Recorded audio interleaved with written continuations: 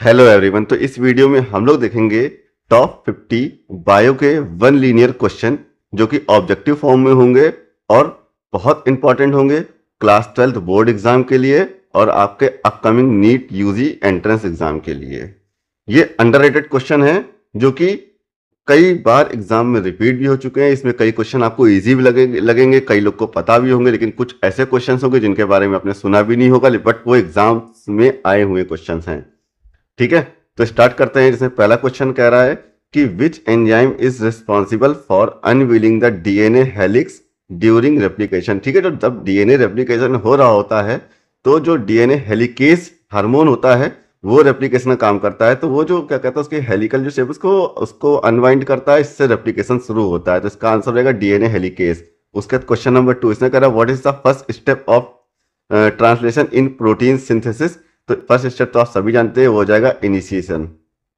3 में कह रहा है कि which RNA carries amino acid to ribosome. ठीक है, तो इसका आंसर रहेगा टी आरएनए। राइबोसोम जो होता है इसको बोलते हैं प्रोटीन फैक्ट्री। ठीक है, तो इसमें जो अमीनो एसिड लेके जाते हैं वो होते हैं टी आरएनए। जो ये एमआरएनए होते हैं ना, ये इंस्ट्रक्शन देते हैं राइबोसोम को कि इस टाइप का प्रोटीन बनाओ। राइबोसोम फैक्ट्री जहां प्रोटीन बन रहा है, एमआरएनए इंस्ट्रक्शन दे रहे हैं, टीआरएनए उसमें अमीनो एसिड लेके जा रहे हैं। ठीक है, तो ये इसका काम होता है। क्वेश्चन नंबर 4 कह रहे हैं what is the function of DNA polymerase in prokaryotic cells. तो इसका जो आंसर हो जाएगा add nucleotides to growing DNA strands. ठीक है, डीएनए स्ट्रैंड्स होते हैं, आप लोग जानते हैं डीएनए स्ट्रैंड्स जो लॉन्ग चेन होती हैं, तो इसको ग्रो करने का काम करते हैं ये। उसके बाद क्वेश्चन नंबर 7। क्वेश्चन नंबर 5 में कह रहे हैं what is the full form of VNTR in DNA fingerprint. VNTR basically जैसे हम लोग जानते हैं ना, फोन पे पेटीएम का क्यूआर कोड होता है जो कि यूनिक कोड होता है, उसी तरह VNTR भी एक यूनिक डीएनए के कोड होते हैं, मतलब फिंगरप्रिंटिंग कोड होते हैं, जिससे हम लोग पता लगा लेते हैं कि कोई भी बच्चा बायोलॉजिकली इसके पेरेंट्स कौन है, या फिर किसी सीन पर जो जहाँ पे जो भी डीएनए हम लोग को पाए मिलते हैं तो उससे उसकी फिंगरप्रिंटिंग करके जो भी पैटर्न मिलते हैं उससे मैच कर ले जाते हैं कि यहाँ पे ये डीएनए किस इंसान का होगा। तो इसका जो आंसर है VNTR का फुल फॉर्म वो होता है variable number tandem repeat. Which hormone is responsible for ovulation. तो इसका आंसर हो जाएगा ल्यूटेनाइजिंग हार्मोन। ठीक है, LH। ल्यूटेनाइजिंग हार्मोन जो होता है बेसिकली ये जो फीमेल में प्रेगनेंसी के लिए भी रिस्पॉन्सिबल होता है, और अगर कोई मेल में कितनी मतलब उसमें उसके जो टेस्टोस्टेरोन किस तरह से बूस्ट हो रहे, बूस्ट करने का काम जो होता है, टेस्टोस्टेरोन को बूस्ट करने का काम वो ल्यूटेनाइजिंग हार्मोन करता है। Which assisted reproductive technology involve the transfer of fertilising embryo into the uterus.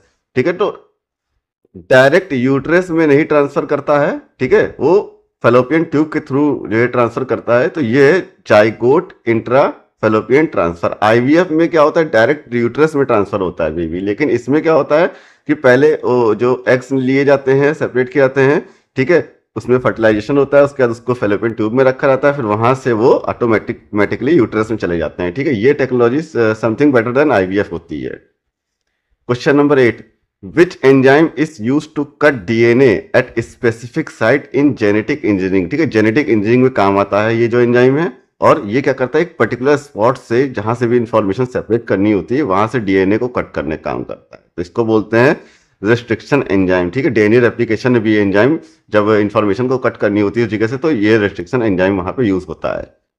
Question number 9 इसमें कह रहा है what is the role of Agrobacterium tumefaciens in biotechnology. तो इसका आंसर हो जाएगा act as a vector for gene transfer in plant. Basically जो Agrobacterium tumefaciens जो बैक्टीरिया है, ये एक समझ सकते हैं इसको एक छोटा सा ट्रक समझ लीजिए, जो कि क्या करता है अपने डीएनए को प्लांट में किसी सेक्शन तक ले जाके उसको प्लांट में कन्वर्ट कर देता है। बेसिकली उसमें ट्यूमर की तरह से ये ट्रीट करता है, वहां पे ग्रोथ बढ़ जाती है। ठीक है, जैसे हम लोग वहाँ पे ये म्यूटेशन करके जो डिफरेंट डिफरेंट टाइप के जेनेटिक इंजीनियरिंग से सीड्स बनाते हैं, जैसे बीटी कॉटन सीड हो गया, तो वो इसी के थ्रू ही बनता है।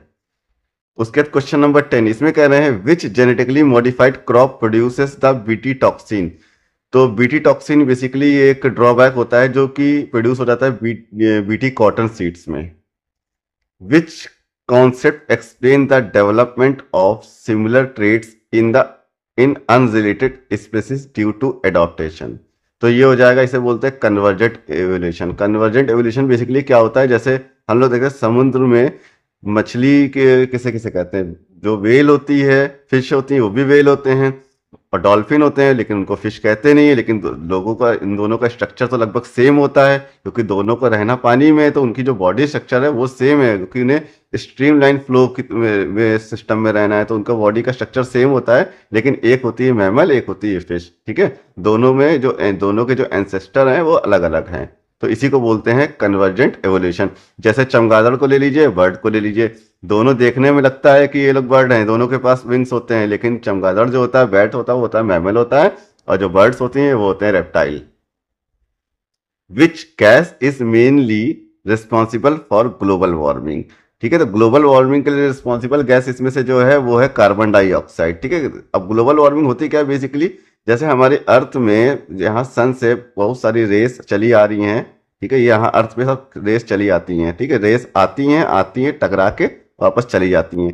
इससे होता क्या है, हमारे जो अर्थ का जो भी टेम्परेचर है वो मेंटेन रहता है। लेकिन अब अगर यहाँ पर ग्लोबल वार्मिंग वाली गैसेस जैसे CO2, CH4, methane, water vapour, H2O, water vapour कह सकते हैं इनको, ये सब क्या करते हैं, ये सब लोग जो ये हीट रेडिएशन आता है इनको ट्रैप कर लेते हैं और जाने नहीं देते। इससे क्या होता है, अर्थ का जो टेम्परेचर होता है वो बढ़ जाता है।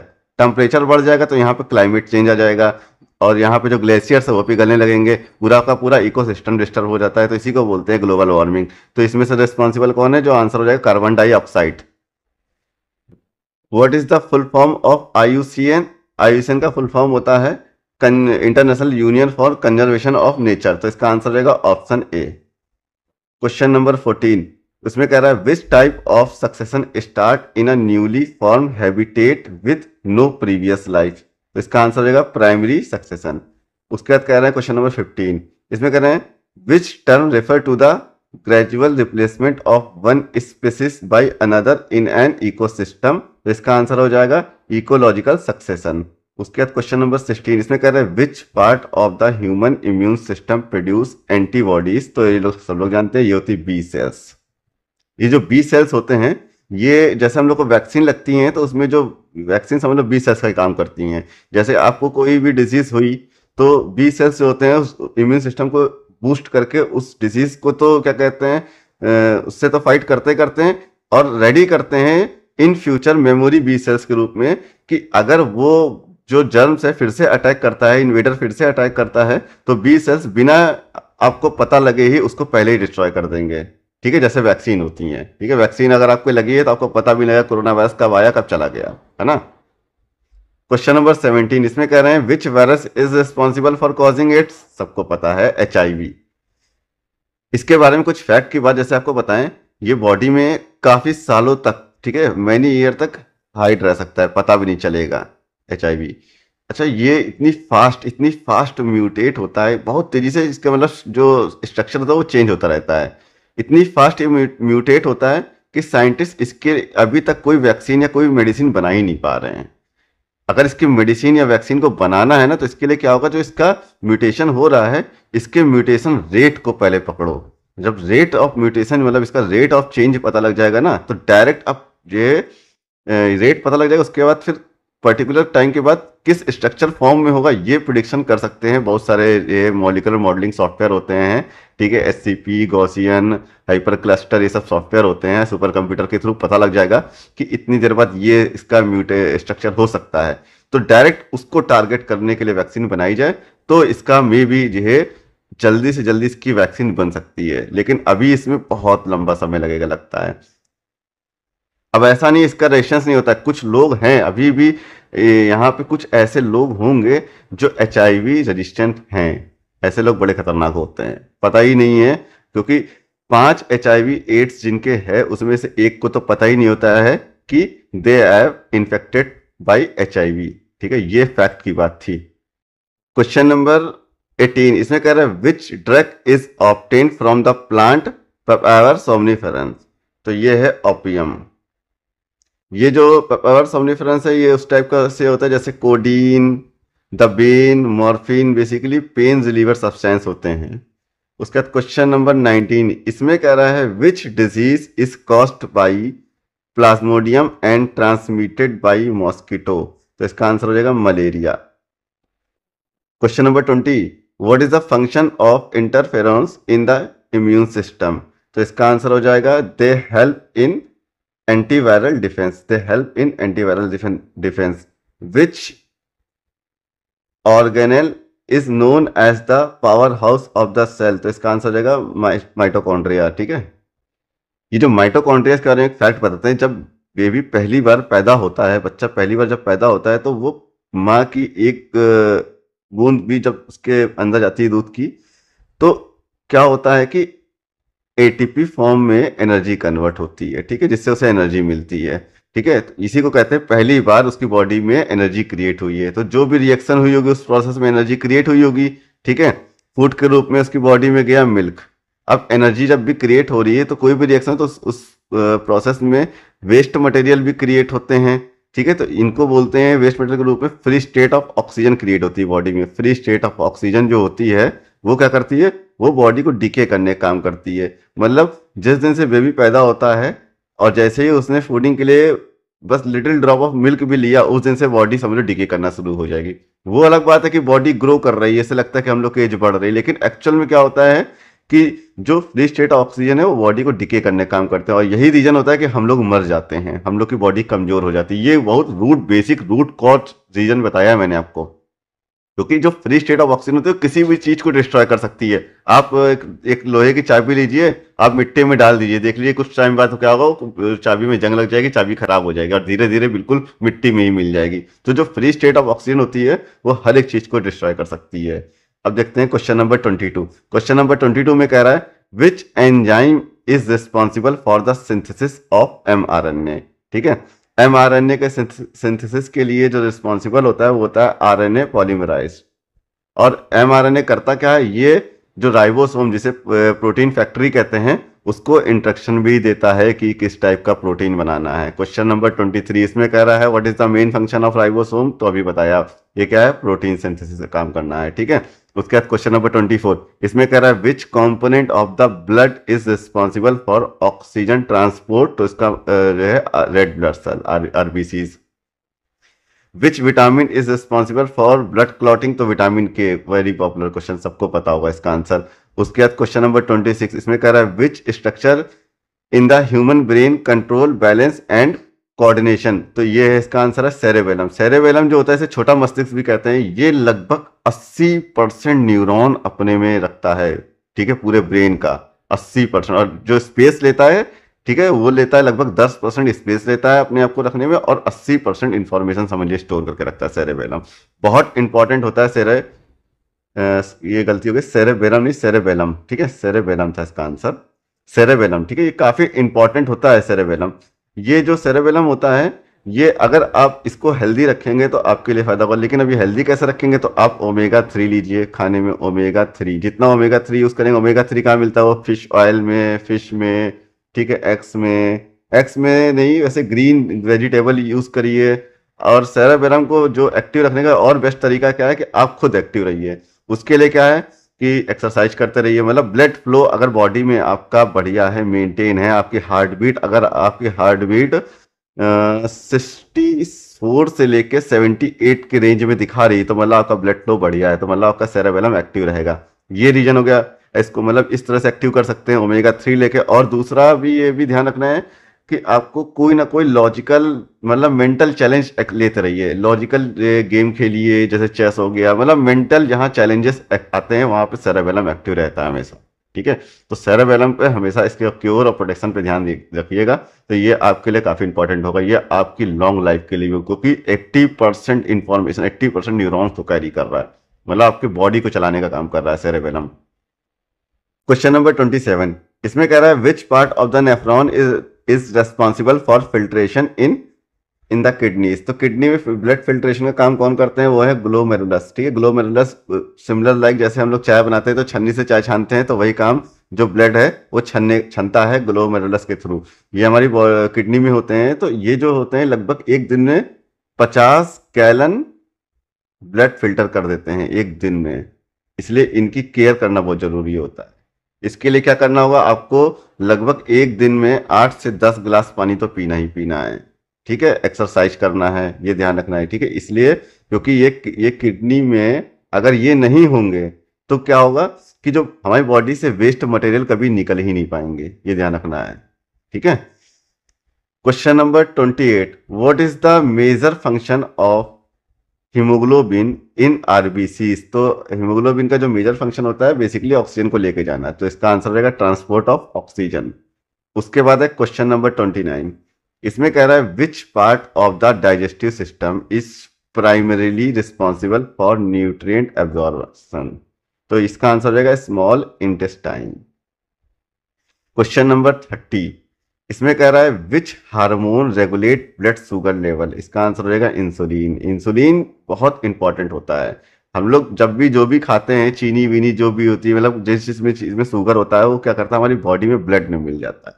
ठीक है, जैसे ही वो ब्लड में मिल जाता है तो अगर इंसुलिन नहीं होगा बॉडी में तो वो ब्लड में शुगर का लेवल बढ़ता चला जाएगा। इंसुलिन क्या करता है, जैसे ही जो ब्लड में शुगर आती है तो उसको वो क्या करता है, अलाउ करता है कि जाओ कन्वर्ट हो जाओ तुम किसमें, एनर्जी में। एनर्जी में कन्वर्ट हो जाता है। ठीक है, शुगर जो ग्लूकोज शुगर जो होता है वो एनर्जी में कन्वर्ट हो जाता है ड्यू टू इंसुलिन। इंसुलिन ही अलाउ करता है, अगर ये नहीं होगा तो ब्लड में शुगर का लेवल बढ़ता चला जाएगा। ठीक है, और ये ध्यान रखना है, ये जो ग्लोमेरुलस था, ये अगर आप शुगर में अगर ब्लड प्रेशर और शुगर लेवल मेंटेन नहीं करेंगे तो ग्लोमेरुलस होंगे वो डिस्ट्रॉय होते चले जाएंगे। ठीक है। क्वेश्चन नंबर 31, इसमें कह रहा है कि विच enzyme is used in PCR. तो पीसीआर में जो एंजाइम यूज होता है वो होता है टेक पॉलीमर्स। ठीक है, ये जो एंजाइम होता है बहुत हीट होता है, मतलब ये लगभग लगभग एक घंटे में ये क्या करता है, मिलियंस ऑफ डीएनए बना लेता है, मिलियंस ऑफ डीएनए रेप्लिकेशन कर लेता है। ठीक है, ये एंजाइम ये हीट लविंग होता है, ये लगभग 95 डिग्री तक सस्टेन कर सकता है अपने आप को, 100 डिग्री तक लगभग सस्टेन कर सकता है ये वाला एंजाइम। उसके बाद क्वेश्चन नंबर 32, इसमें कह रहा है which of the following is used as bio fertiliser. तो इसका आंसर हो जाएगा एजेटोबैक्टर। ये एजेटोबैक्टर बेसिकली क्या करता है, ये एटमॉस्फेरिक N2 को नाइट्रोजन को कन्वर्ट करके NH3 में कन्वर्ट कर देता है, इससे सॉइल एब्जॉर्ब कर लेते हैं और प्लांट का ग्रोथ हो जाती है। ठीक है। क्वेश्चन नंबर 33, इसमें कह रहा है which of the following is primary consumer in food chain. तो इसका तो आंसर सबको पता है, ये हो जाएगा डियर। क्वेश्चन नंबर 34, इसमें कह रहा है which steps of sewage treatment remove organic matter using microbe. तो इसका आंसर हो जाएगा सेकेंडरी ट्रीटमेंट। क्वेश्चन नंबर 35, इसमें कह रहा है which air pollutant is mainly responsible for acid rain. Acid rain के लिए कौन रिस्पॉन्सिबल होते हैं, तो इसका आंसर हो जाएगा nitrogen oxide and sulphur dioxide. Basically nitrogen का कोई ऑक्साइड एंड सल्फर डाइऑक्साइड क्या ये जो होते हैं, ये जब बारिश होती है तो ये ऑक्सीजन, वाटर और अदर कोई केमिकल भी हो सकते हैं, उनके साथ मिलकर बेसिकली ये H2SO4 या फिर नाइट्रिक एसिड बनाते हैं और यही इसी को बोलते हैं एसिड रेन। क्वेश्चन नंबर 36, इसमें कह रहा है which type of immunity is obtained by vaccination. तो ये हो जाएगा एक्टिव आर्टिफिशियल इम्यूनिटी। इसका आंसर रहेगा ऑप्शन बी। क्वेश्चन नंबर 37, इसमें कह रहे हैं which micro organism is used in the production of insulin through genetic engineering. तो ये हो जाएगा ई कोलाई। जो ई कोलाई ये जो बैक्टीरिया होता है, गुड बैक्टीरिया होता है, ये हमारे इंस्टेटाइन में होता है, ये खाने को पचाने का भी काम करता है। लेकिन अगर हम लोग कंटेमिनेंट फूड खा लेते हैं तो डायरिया या ये सब बीमारी भी क्रिएट कर देता है। क्वेश्चन नंबर 38, इसमें कह रहे हैं which vitamin deficiency cause night blindness. तो सबको पता है, बहुत पॉपुलर है विटामिन ए, इस क्वेश्चन को रखने का कोई मतलब भी नहीं था। क्वेश्चन नंबर 39, इसमें कह रहे हैं which organ in the human body is mainly affected by tuberculosis TB. तो ये भी इजी क्वेश्चन था, इसका आंसर हो जाएगा लंग्स। क्वेश्चन नंबर 40, इसमें कह रहे हैं विच component of tobacco cause addiction. तो इसका आंसर हो जाएगा निकोटीन। निकोटीन के बारे में अगर कोई निकोटीन के बारे में अगर आपको फैक्ट बताऊं तो जो निकोटीन है ये सबसे पहली बात ध्यान है कि ये जो पॉइजनस होता है, निकोटीन जो पॉइजनस होता है, ये एक फैक्ट की बात है, लेकिन स्टिल लोग इसको कंज्यूम करते हैं। लेकिन ये पॉइजनस किसके लिए, बेसिकली फॉर जो छोटे छोटे बैक्टीरिया और इंसेक्ट्स होते हैं इनके लिए। इसीलिए होता है जो निकोटीन कंज्यूम करते हैं उनके दांत में जल्दी कीड़े नहीं लगते हैं, आपने कभी नोटिस किया होगा। निकोटीन इज स्टिमुलेंट्स निकोटिन के बारे में एक फैक्ट है लेकिन समझाएंगे नहीं, बस इसको आप सोचते रहिएगा। Nicotine is not the only plant that contain nicotine. ये बहुत डीप बात है, इसको समझिएगा, ठीक है। और निकोटिन यूज इन इंसेक्टिसाइड, जैसे पहले ही बताया था कि ये एक पॉइजनस है, तो भाई इंसेक्टिसाइड की तरह यूज हो गई एग्रीकल्चर में। क्वेश्चन नंबर 41, इसमें कह रहा है कि इस which part of sperm provide energy for movement. तो इसका आंसर हो जाएगा मिड पीस। मिड पीस में होता है माइटोकॉन्ड्रिया, जो कि उसको एनर्जी प्रोवाइड करता है, जो कि जिस वजह से वो स्विम करते हुए तैरते हुए से नहीं मूव करता है। ये हो जाएगा इसका आंसर मिड पीस। उसके बाद हो जाएगा 42 में कह रहे हैं which hormone prevent degeneration of the corpus luteum during early pregnancy. जैसे अभी ल्यूटेनियम हार्मोन की बात की थी, तो इसका आंसर हो जाएगा HCG, ह्यूमन क्रॉनिक गोनाइडोट्रोपिन। उसके बाद क्वेश्चन नंबर 43 है which layer of the blastocyst help in implantation. तो इसका आंसर हो जाएगा ट्रोपोब्लास्ट। उसके बाद क्वेश्चन नंबर 44, इसमें कह रहे हैं which assisted reproductive technology ART involve sperm injection into the egg. तो इसका आंसर हो जाएगा ICST। ICST कब यूज करते हैं? जब IVF टेक्नोलॉजी फेल हो जाती है, ठीक है। IVF टेक्नोलॉजी फेल होती है तो ICST टेक्नोलॉजी यूज करते हैं। इसे बोलते हैं इंट्रासाइटोप्लाज्मिक स्पर्म इंजेक्शन। इसमें क्या करते हैं, बेसिकली जो ओवरी होता है उससे एग रिसीव करते हैं, एग निकालते हैं, उसमें क्या करते हैं, उसमें स्पर्म को इंजेक्ट करते हैं। स्पर्म को इंजेक्ट कर देंगे, फिर जैसे ही एम्ब्रॉय का फॉर्मेशन हो जाता है लैब में, तो उसके बाद इसको यूट्रस में बहुत ही केयरफुली मतलब इंजेक्ट कर दिया जाता है। क्वेश्चन नंबर 45, इसमें कह रहे हैं which cell in the testis produce inhibin a hormone that regulate sperm production. तो इसका आंसर हो जाएगा सर्तोली सेल्स। इसको बेसिकली नर्स भी कहते हैं, नर्स ऑफ अ टेस्टिस भी कहते हैं, क्योंकि ये जो स्पर्म का टेक केयर करता है, जैसे नर्स एक पेशेंट का टेक केयर करती है, वैसे सर्टोली स्पर्म का टेक केयर करता है, ठीक है। क्वेश्चन नंबर 46, इसमें कह रहे हैं which genetic disorder result from defect in gene responsible for chloride ion transport. इसका आंसर रहेगा साइटिक फाइब्रोसिस। क्वेश्चन नंबर 47, इसमें कह रहा है which molecular tool is use to cut DNA at specific sequence. तो ये हो जाएगा रेस्ट्रिक्शन एंजाइम इसका आंसर, अभी इसका डिस्कस भी किया था। 48, इसमें कह रहा है which of the following is an example of x Setu conservation method. तो इसका आंसर हो जाएगा सीड बैंक। उसके बाद क्वेश्चन नंबर 49, इसमें कह रहा है which type of immunity is provided by antitoxin and antivenoms. तो इसका आंसर है पैसिव इम्यूनिटी। उसके बाद लास्ट क्वेश्चन है जो, उसमें कह रहा है which of the following bacteria is used in bioremediation to clean oil spill. जैसे ऑयल कहीं फैल जाता है तो उसके लिए जो यूज करते हैं वो होता है स्यूडोमोनास। ये जो बैक्टीरिया होता है ये बेसिकली क्या करता है, ये जो हाइड्रोकार्बन होते हैं ऑयल में, जो टॉक्सिक हाइड्रोकार्बन होते हैं, उसको वो क्या करता है, ब्रेक करके हार्मलेस प्रोडक्ट बनाता है, ठीक है। तो इसे बेसिकली एटमॉस्फेयर एनवायरनमेंट को क्लीन करने का काम करता है, क्योंकि जो हाइड्रोकार्बन जो ऑयल में होते हैं, जो टॉक्सिक होते हैं, उनको ब्रेक करके हार्मलेस कंपाउंड बनाता है, ठीक है। तो इसका आंसर हो जाएगा स्यूडोमोनास। तो इस वीडियो में लगभग 50 इंपॉर्टेंट बायो क्वेश्चन इसमें आपको बताए हैं, जो कि नीट और बोर्ड एग्जाम के लिए काफी इंपॉर्टेंट है। अब मई में आपका जो एग्जाम होने वाला है नीट का, उसके लिए जो फिजिक्स की प्रिपरेशन होती है वो मेरे ऊपर छोड़ दीजिए, ठीक है। तो फिजिक्स के जो लगभग 45 क्वेश्चन है वो मैं आपको कवर करा दूंगा, ठीक है। फिजिक्स की वजह से ही लोगों का नीट नहीं क्वालिफाई हो पाता। अगर फिजिक्स के 45 में से 44 क्वेश्चन आपने कर लिए हैं ना, तो आपको KGMU एम्स जो चाहेंगे वो मिल जाएगा, बेस्ट कॉलेज मिल जाएगा आपको। तो इसलिए फिजिक्स पे आपको अच्छी पकड़ बनानी है। बाकी केमिस्ट्री और बायो तो सभी कर लेते हैं, फिजिक्स कैसे करनी है ट्रिक के साथ हम आएंगे नेक्स्ट वीडियो में।